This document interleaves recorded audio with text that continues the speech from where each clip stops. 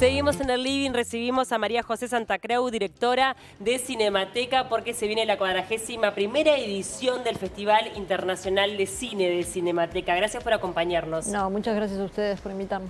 Bueno, un festival en donde se podrán ver una gran cantidad de largometrajes, de cortometrajes de diferentes países. Te preguntaba antes de estar al aire, ¿cómo es la elección de todo esto? Porque me imagino que hay que resignar bastante también, ¿no? Sí, es una tarea que nosotros empezamos siempre alrededor de octubre del año anterior, del festival, que se empieza, o antes incluso, porque nosotros tenemos la directora del festival, que es Alejandra Trelles, va a los festivales internacionales europeos, donde ve de primera mano las películas que se están presentando allí, pero eso es una parte pequeña del festival, lo que se elige viendo en otros festivales. Luego se abre una convocatoria, que ahí sí a partir del mes de octubre, y las películas se empiezan a inscribir. Este año fueron más de 700, por lo tanto hay una gran tarea de visionado y de selección. Y bueno, y luego lo que se empieza a hacer es a balancear, ¿no? Un festival tiene como una construcción, una lógica, lo que queremos que se vea, tiene secciones, tiene competencias. Entonces ahí entre todo lo que se presenta se arma la selección, la programación del festival. O sea que lo que se prioriza es la diversidad, en definitiva. Sí, la diversidad, pero también de repente nosotros tenemos secciones temáticas, tenemos hay veces que empezás a ver, a medida que empezás a ver muchas películas, empezás a ver tendencias en el cine, ¿no? Y que los festivales de cine tienen un poco ese sentido, ¿no? Siempre decimos que es un poco como ver lo nuevo cuando se está produciendo y cuando está en su fase más rabiosa, digamos, ¿no? Luego eso quizá se empieza a pasteurizar un poco y pasar al cine industrial, las tendencias. Es como, a veces yo digo un poco en broma, que es como los desfiles de moda que uno ve a las modelos con cosas muy exageradas, claro. Y luego eso se transforma en algo pequeño. En el cine, nosotros que nos gusta el cine, que nos gusta ver las cosas cuando se están sucediendo, de repente está el cine más innovador en su fase. Ustedes más, quieren ir a la Fashion Week. Exactamente. Y ven ahí todo. De Fashion Week del cine, en donde están las tendencias del cine internacional cuando están naciendo. ¿Y cuáles son las tendencias del cine internacional en este año 2023? Bueno, eso en realidad lo que es genial es empezar a verlo cuando vos vas a ver las películas y cuando tenés esa práctica de ir a los festivales. Después capaz que vos ves, si tenés una práctica de ir mucho a los festivales, capaz que algo que llama muchísima atención en el cine más industrial, vos decís, bueno, pero esto yo lo vi hace 10 años. Entonces creo que ese es un poco el sentido de agarrarle ese gustito a ir al Festival de Cine, a ver muchas películas en poco tiempo, a charlar con un montón de gente que está haciendo lo mismo, que está en ese circuito de visionado. De repente ves 10, 15, 20 películas en los días del festival y realmente es entrar en el espíritu del festival, que es una fiesta de cine, del cine quizá más radical y en el momento que están haciendo. ¿Pero qué tendencia hay? ¿Es un cine más de autor? O sea, como para que algo. Bueno, es que en realidad se pueden, sobre todo tienen que ver, son tendencias a nivel de la narración. De repente vos ves, para poner un ejemplo, ¿no? Después una película de Tarantino, ¿no? Que fue algo que cuando se pasó fue algo que golpeó mucho a la gente, y esa manera de narrar con fragmentada, que la película no empieza donde empieza ni termina donde termina, que vos tenés que armar y que de repente eso en el cine que estás viendo en el festival ya pasó hace muchos años. A eso me refiero, a que de repente yo no te puedo decir, bueno, hay determinada tendencia, de repente hay veces empezás a ver y dices, bueno, ¿qué uso del zoom? Hay muchas cosas que podés ver. Cosas más técnicas de repente. Técnicas y de manera de narrar y de manera cómo se afronta la narración y cómo se filma. O sea, entonces si empezás a entrar en esa lógica, podés ver, realmente pasa a ser algo más interesante a nivel del arte cinematográfico. Salgo un poco del festival, si me permitís, aunque sea un inciso, para hablar de los premios Oscar. ¿Son representativos también de todas estas tendencias a nivel internacional? ¿Qué tan atentos están a todo esto, donde también ahí hay mucho cine comercial? Bueno, en realidad lo que sucede en los Oscar es otro discurso sobre el cine, digamos. Claro. Yo creo que dialogan las dos cosas. Una cosa es el cine más independiente y el cine más industrial. La película que se premió en los Oscar es muy polémica, ¿no? Porque quizá marca como una tendencia, sí, del cine industrial, de acercarse a los hábitos de visionado actuales, influidos de repente por redes sociales como TikTok. Sí. Entonces mucha gente se siente muy descorazonada al ver que la película que fue premiada, todo en todas partes al mismo tiempo, sí.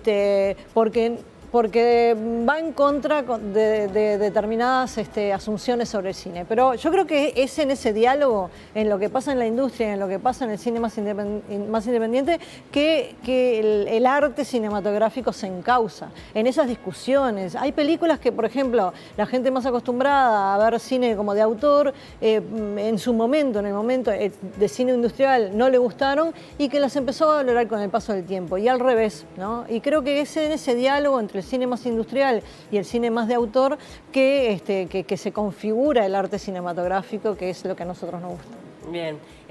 ¿Películas de qué países vamos a poder ver en este festival? Bueno, hay películas de 50 países. Bueno, o sea, nosotros siempre decimos que es como la oportunidad de ver un cine realmente de otros lados, otras formas de narrar, películas en otros idiomas. Hay cine de Kazajistán, por ejemplo, que jamás vas a ver de repente en un cine más comercial, pero también hay mucho cine argentino, cine brasileño, portugués, español. ¿Hay cine uruguayo?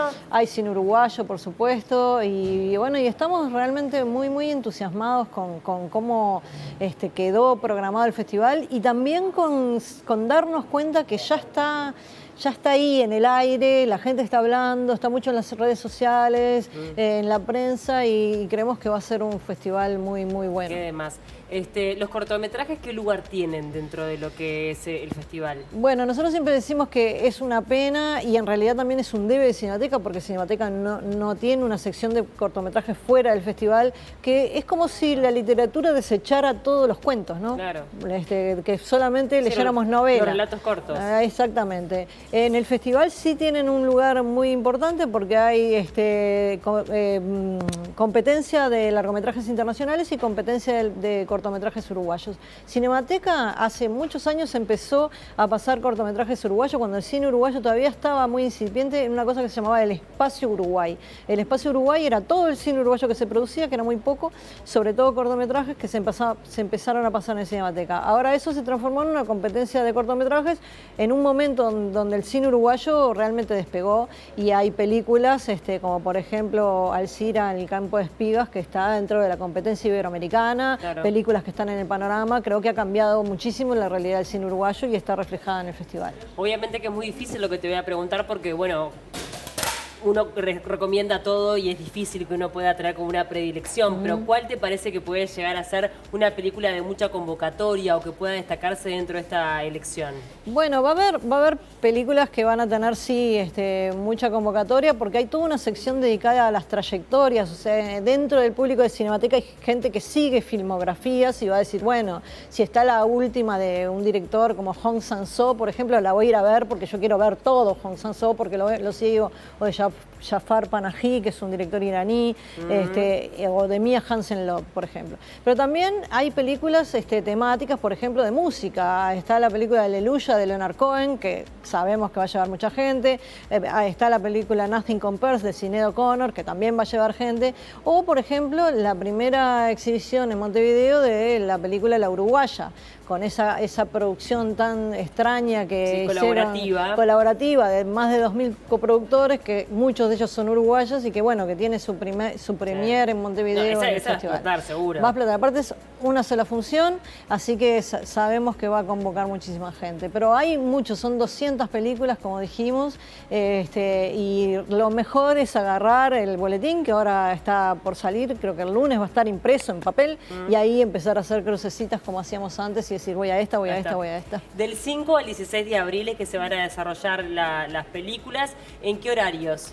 Bueno, Por eso los márgenes. Sí, en realidad. las funciones empiezan entre semana alrededor de las 5 de la tarde y los fines de semana alrededor de las 4 y bueno, luego se extienden. Hay entre 3 y 4 funciones diarias en varias salas. Son 7 salas, las 3 de Cinemateca, 2 de Cultural Alfabeta, la sala Citarrosa, la sala B de la Nelly Goitiño y la apertura es en el Teatro Solís y la clausura va a ser en la Citarrosa. Bien, ¿hay alguna especie de, boletera, no, de cuponera?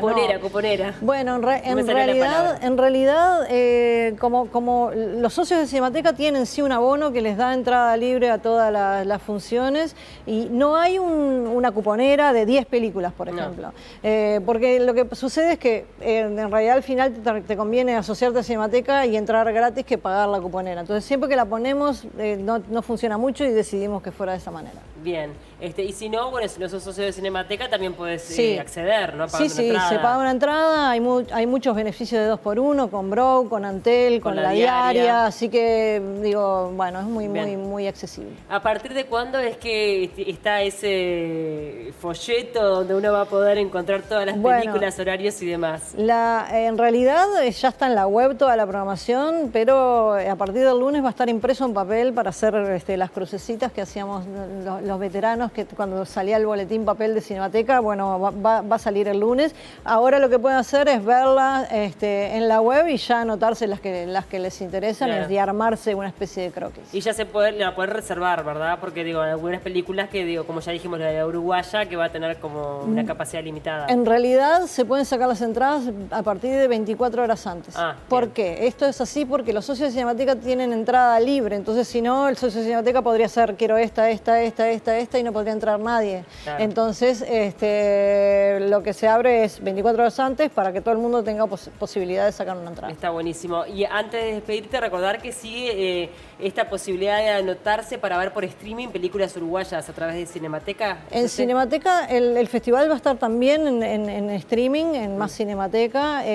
Sigue el streaming de Cinemateca, tiene todos los meses se agrega programación, pero el festival va a estar también allí en nuestra plataforma de streaming. Perfecto. María José, muchísimas gracias. Vamos a estar atentos. ¿Algo más que quieras decir? Sí, que me olvidé que el festival va a estar también en el interior, en Canelones y en Salto, en principio, y probablemente en otras sedes, porque estamos viendo de viabilizar que pueda itinerar por el interior. Me encantó. Gracias por acompañarnos. Un gusto gracias recibirte siempre. Y nos vemos allí en el festival, claro. Exactamente, nos vemos ahí en el festival. Seguimos